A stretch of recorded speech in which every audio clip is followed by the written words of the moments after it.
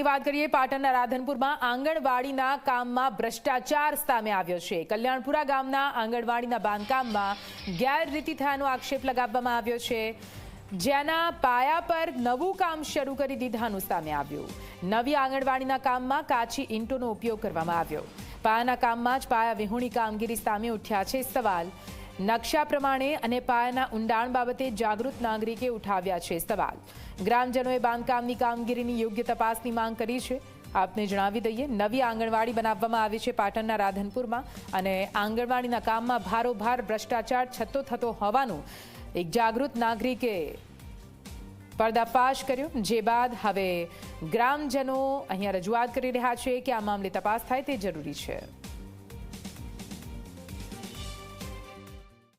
જે જૂના પાયા હતા એના ઉપરથી જ કામગીરી કરવામાં આવી છે, અને એ બદલ અમે ગામજનો જેમને પૂછીએ છીએ કે ભાઈ આનું કામ કેવી રીતનું થશે, અને આંગણવાડીમાં કોઈ પણ અમારા બાળકોને કંઈ જાતનું નુકસાન ના થાય તેવી રીતે અમે એમને પૂછીએ તો કોન્ટ્રાક્ટર અમને એવો જવાબ આપે છે કે આનું કામ અમને જે સરકારી નિયમો છે એ પ્રમાણે થશે। તો આમાં ઢાબુ આવે છે, ઢાબુ બીમ વગર ઢાબુ શક્ય જ નથી।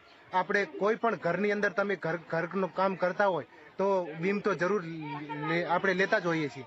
એમાં વગર બીમનું જે આંગણવાડી કરવામાં આવે છે તેમાં જુઓ, આમાં અમારા બાળકો ડટા છે, તો આની જવાબદારી કોની રહેશે? એમ હું સરકારશ્રીને પણ વિનંતી કરું છું, અને આના કામગીરી જે કરતા હોય તે કોન્ટ્રાક્ટરને પણ વિનંતી કરું છું કે અમારા ગામની રાડ સાંભળે અને કામ અયોગ્યતાથી કરે, અને સારું જે નકશા પ્રમાણે કામ થાય તેવી અમારી ગામજનોની માંગ છે। અમારા ગામમાં આંગણવાડીનું કામ ચાલુ છે, બરોબર। એમાં કાચી ઈંટો વપરાય છે, અને બીજું કે જે જૂનો પાયો છે એના માટે ચણતર લેશે, અને અમે કંત્રાટીને જાણ કરવા મુજબ છતાં એ ના પાડે છે કે પાયાનું ખોદણ કરી અને અમે કામ નહીં કરીએ, અને એની પોતાની મનમાની ચલાવે છે, બરોબર। અને બીજું કે જે અમારી કામ ચાલુ છે એની ઈંટો પણ બહુ ખરાબ છે, અને પાયો છે તે બહુ 1 ફૂટ કે 1.5 ફૂટ જેટલો લીધો છે। અને જો આ અમારું મંજૂર નહીં રાખે તો અમે તાલુકા કચેરીમાં જઈ અને 50થી વધુ લોકો ત્યાં અમે ધરણામાં બેસશું।